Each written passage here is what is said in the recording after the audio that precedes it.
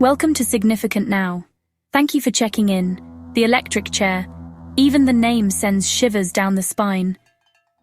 This contraption, a symbol of state-sanctioned death, has a long and troubling history.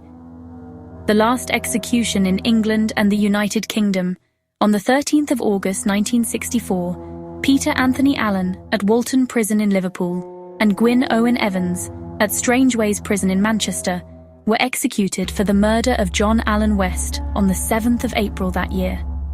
It all began in the late 19th century, a time when America was searching for a more humane method of execution than hanging. Enter Thomas Edison, a man known for his brilliance but also his ruthlessness in the War of the Currents. Edison, a proponent of direct current DC electricity, saw an opportunity to discredit his rival, George Westinghouse, who championed alternating current AC. His weapon of choice? Public displays of AC electrocuting animals. These gruesome spectacles, designed to stoke fear and revulsion towards AC, had an unintended consequence. They gave rise to the idea that electricity could be used for capital punishment. And so, the electric chair was born.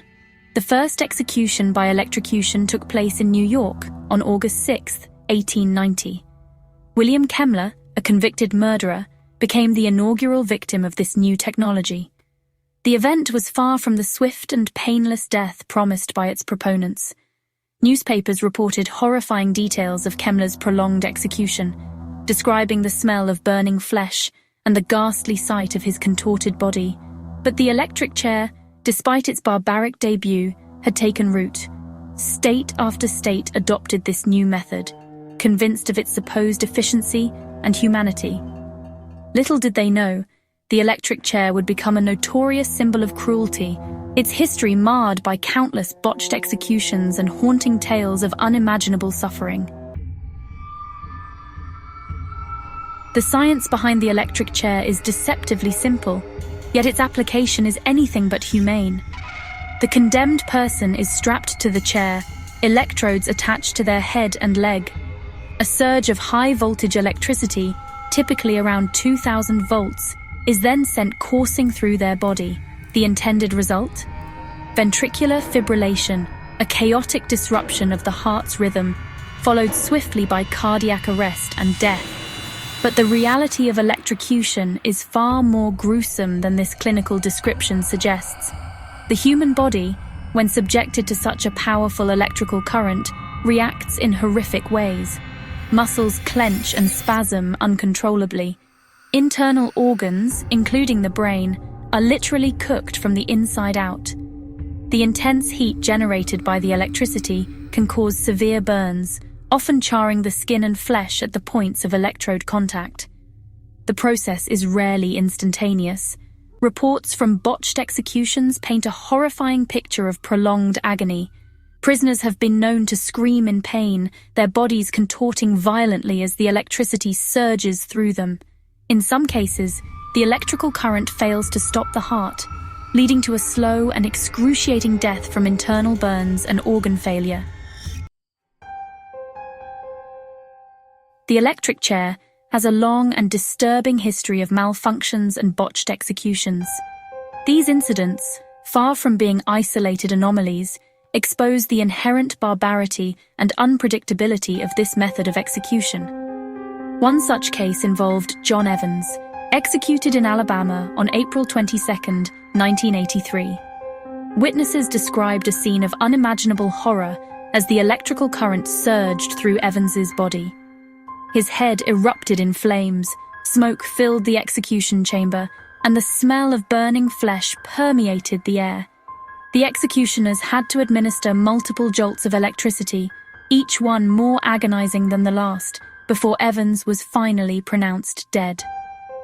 On May 4, 1990, Jesse Taffero met a similarly gruesome end in Florida.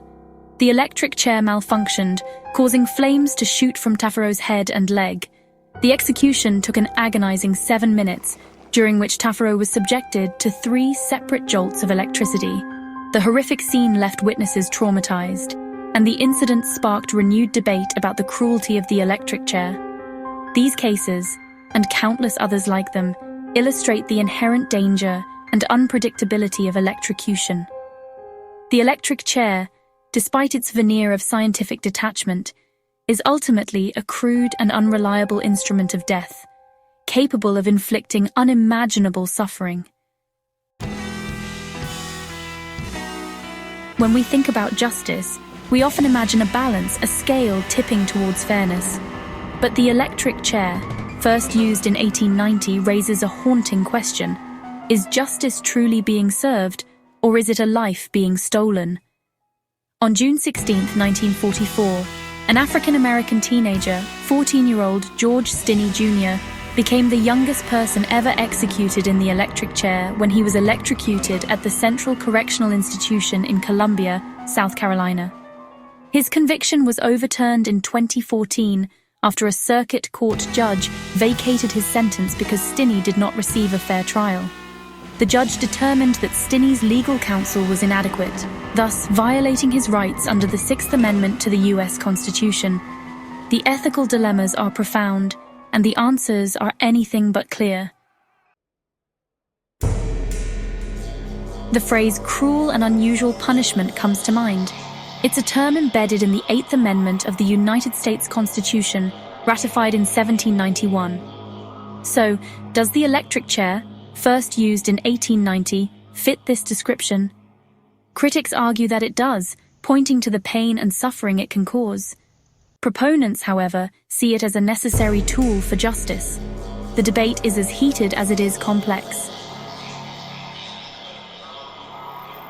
The electric chair itself has been put on trial in the court of public opinion since its inception in 1890. Over the years, numerous cases have challenged its use, citing inhumane conditions and botched executions, especially notable in the 1920s and 1980s. Legal battles have ensued, with some states abolishing its use altogether, starting with New York in 2008. The conversation continues as society grapples with the morality and legality of this controversial method of execution. For more trending significant topics, please like and comment. Have a great day.